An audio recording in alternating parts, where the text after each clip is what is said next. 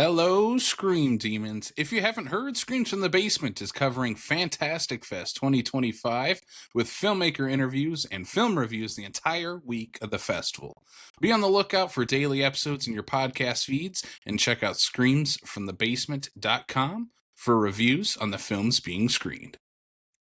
This episode's guest is Majid Al Ansari, the writer-director behind The Vial, which is an Emirati horror drama about Amani, a wife and mother whose life is turned upside down by dark forces when her husband unexpectedly brings home a second wife. Majid and I had a great discussion about his use of horror elements to enhance dramatic stakes, working with an exceptionally talented trio of actresses, and his hopes for American audiences watching films from international countries. So, Scream Demons, without further ado, here is Sam from Screams from the Basement with his conversation with Majid Al Ansari.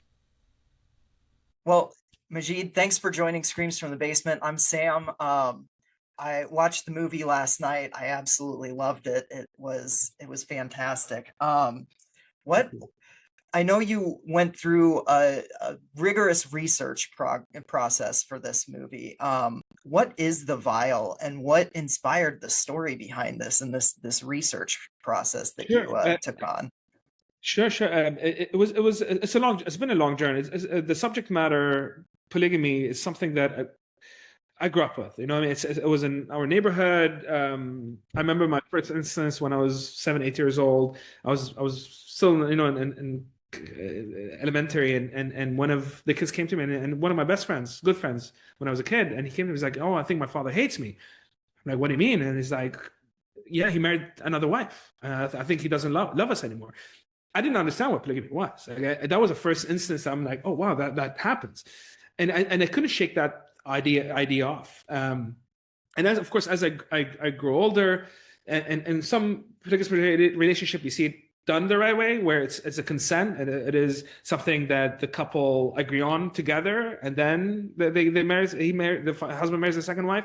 But then there's a way of how Khalid did it in our story, where it's not consent, it's not having a conversation, it's a sucker punch, it's everything wrong with it, right? Yeah. And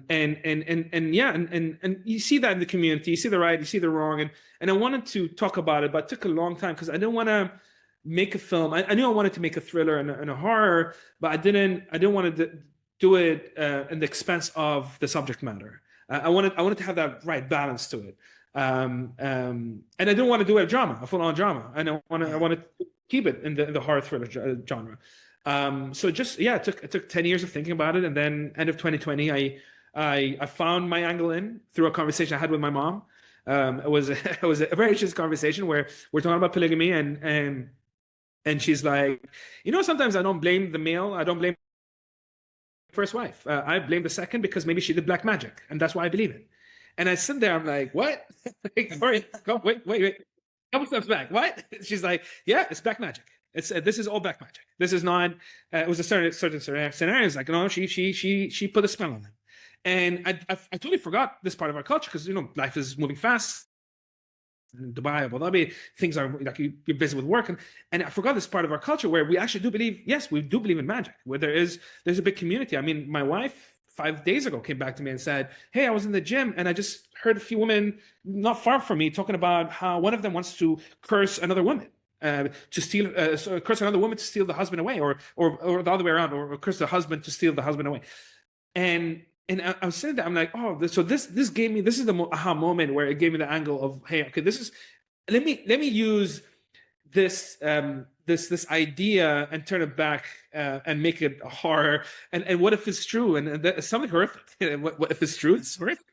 And that was my end, and that was my, once I figured that out, then it became easier for me to write the script. And of course it wasn't as easy because I need to make sure that I get the message, not the messaging, but I get the building of Amani's character right, and make sure that I do enough. I do not even enough, but more than enough research to make sure that we hit the right moments and the right feeling. And I always say, like, the number one person that I'm terrified of watching this movie will be my mom, because I don't want my mom turning to me and is like, "You're an idiot. Like, you misrepresented us. Like, that's not how it is."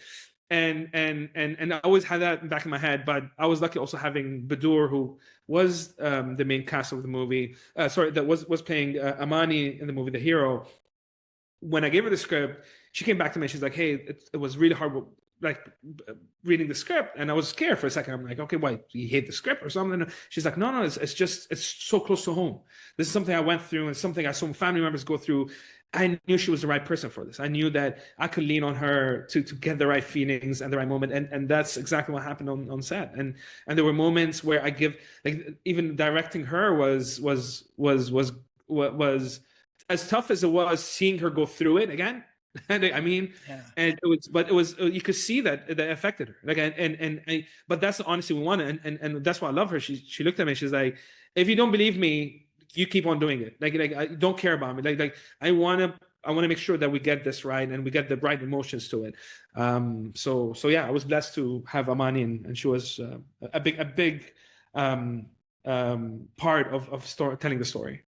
Yeah, yeah. You've built a great cast. Your trio of leading ladies in this are just, they're all fantastic, and all their performances feel like they're coming from a very grounded and real place.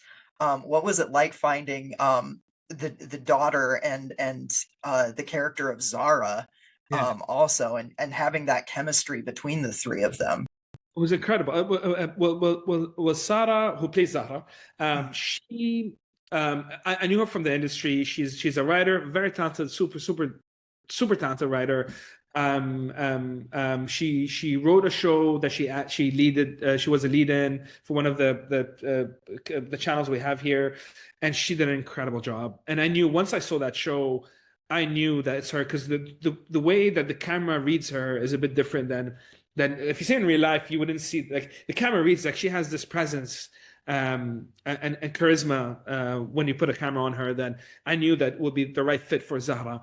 And yeah, it was a blessing having her, because we caught her in the right time before she jumps on another show or film. And then with Iman, who plays Noor, the daughter, I've worked with on a show, directed one episode on a show that she was playing in. And I was so fascinated by her because she didn't study acting. She never been to acting school. She never did until today. She hasn't been. It came from high school directly. So we don't have acting schools here as much as like what the West has or the East has. But God just, blessed her. I mean, Yeah.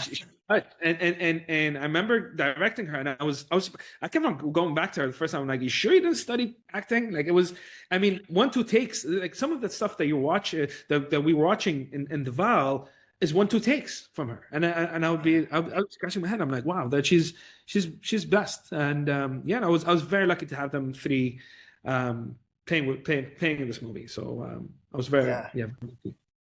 Yeah, that's awesome.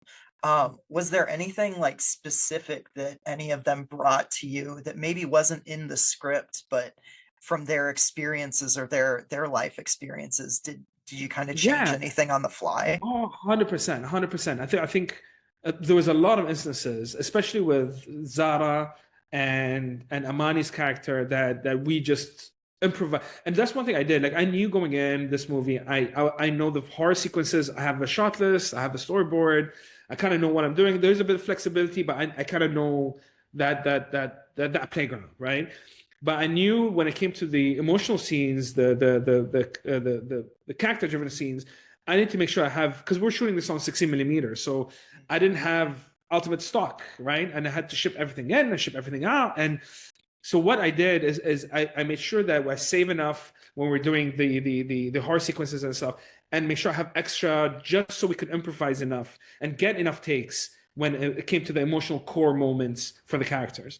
And that's when things really came out. Like, even there's a moment when she's sitting in front of the TV early on in the movie when she watches her wedding and she's crying. That was just us sitting down, walking around the set, and looking at each other like, "Hey, I feel like we need this," and it just came out of just us speaking to each other, and we just went in and put the TV on and we shot it. And then, of course, it was green screen, and then we've added the wedding, because we knew we were shooting the wedding video, but we just added that to it later on. That's awesome. Yeah. You kind of craft certain scenes like horror sequences, even when they aren't. Like the cold open of this movie Right. Yes. is shot very much like a horror sequence, and then it kind of subverts your expectations. Right. But then you have the gut punch of the reveal of the Yes. second wife. What was it like kind of using that horror cinema language to open up your movie in like a way that wasn't necessarily a scare? Where did that come from? It was tough. A great question. Great question, Sam. And it was a tough one because until today, I remember I was mixing the movie a couple months ago, and I kept on asking, I'm like, was it the right thing to do is opening this way? And eventually I came to the conclusion that it was. Because I needed to set the tone of the movie before you go in. Because if I played it as a dramatic in the beginning, you might feel you've entered a different film. Like I need to set you up early before you get into the horror scares that happens later. It just felt right for me. It just felt it's a bit of a cheeky way of doing it because it's not a horror scare. It's not really a horror scare. It's not really a horror jump, but it's just mood setting more than anything. And I mean, I think the opening sequence that before the husband Khalid comes in and rings the bell, I edited actually before even them sitting on the stairs. I've edited that sequence, the opening sequence, almost until like a month before we locked. Like I'm from the beginning, like for a year, and I just kept on going back and forth with it, is whether it's the right decision or not. But ultimately, yeah, I just felt that setting the story and setting that the feeling and the theme, like the energy up is important. Yeah. You make very good use of sound design in this movie. The TV room scare sequence is one of my favorites. Like, and it got me. I watched this with my headphones on, and I'm pretty not prone to jump scares anymore. I've become pretty desensitized to them.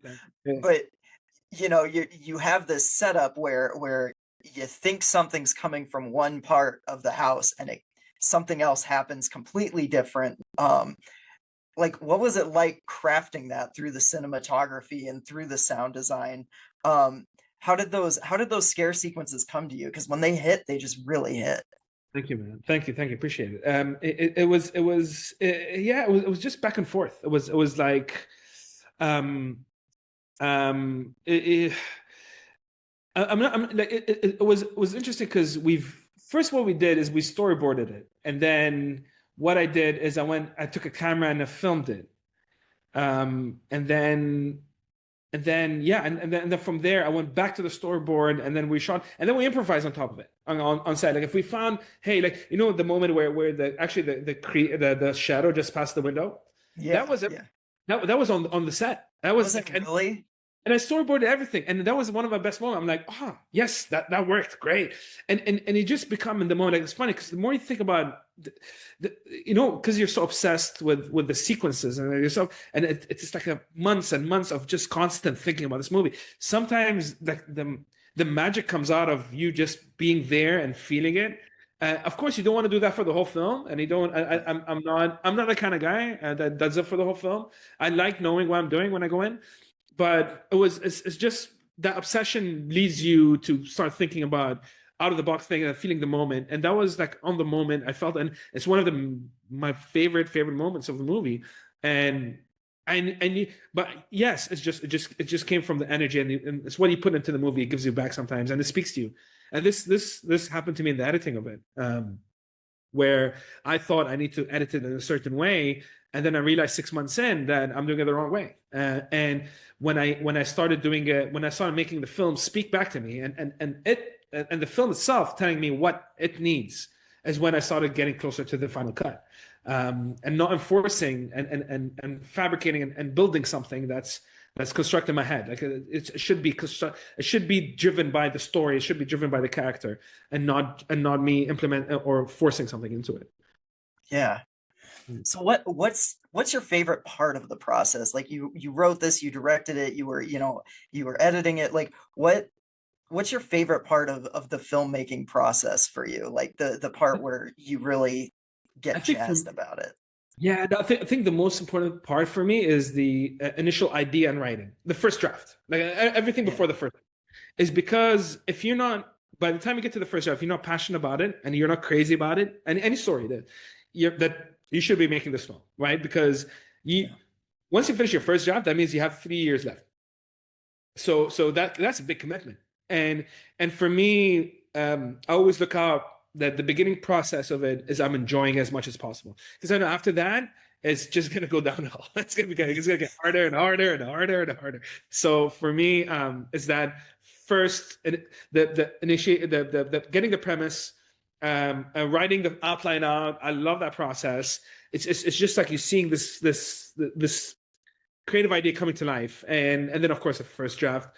And first draft sometimes could crush you because you're never guaranteed that it comes out good. Sometimes it comes out great, sometimes it comes out crap, and that if it comes out crap, that means okay, I need to go back and redo it. But yeah, I think that's the funnest part of the process. But everything else is fun. Everything else is challenging. It's fun, but it's challenging. I think for me, it's not the less that I can enjoy more and look at it less as a challenge is the beginning part of it. The idea initiation. That makes sense. Yeah. So were there any particular days on set that were challenging, and like how did you have any days where you were like kind of pulling your hair out and you found a way to just work around it and power through? It happens. Sometimes it's just not as bad. I remember there was a day when she had the hammer in the dream sequence and she was crushing his face. Oh yeah. We just like with every single blood, we had to change his shirt, we had to change that, and we had to change that. And for some reason, we were just so tight with time. And I remember I think that was one of the few moments I actually did want to pull my hair out. But yeah, it was just challenging. But that happens. I've seen worse. I've been through worse. I've been through days I go in and I have to shoot 9 pages. I mean, that doesn't get worse than that. That's one of the, for me, it's like a nightmare. But yeah, it was that was one of those instances where I got frustrated, but you have to put your head down and continue doing what you're doing. Yeah, awesome. I think I just got the call for one more question. So I guess my question for you that I'll leave you with is like, when people go in and they watch The Vial at Fantastic Fest, what do you hope the conversations coming out of this movie are? Understanding the perspective. Again, I'm not sure how it translates, and this is something I'm nervous and excited. But I would love to hear from the Western world to how they will accept the story, but even the Eastern. Like I hope like everyone from around the world, like how they would take the movie in and how they would see it. And I hope I open a window to our culture that they haven't seen before. That's the aim. But keep it familiar in certain areas, but the unfamiliar is unfamiliar, and it's a discovery for you to watch a movie like mine. When I love watching a lot of foreign films, and the one thing I do is when I watch a horror film, a foreign film, is I always want to experience that part of the culture, that part of the world.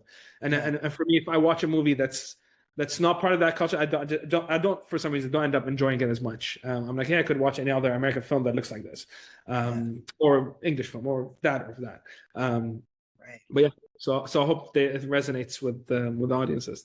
And it opens a new perspective to the culture. Yeah. I absolutely think it will. Majid, congrats on the movie. Thanks for sitting down with Screams from the Basement. I appreciate it. Thanks, man. Thanks.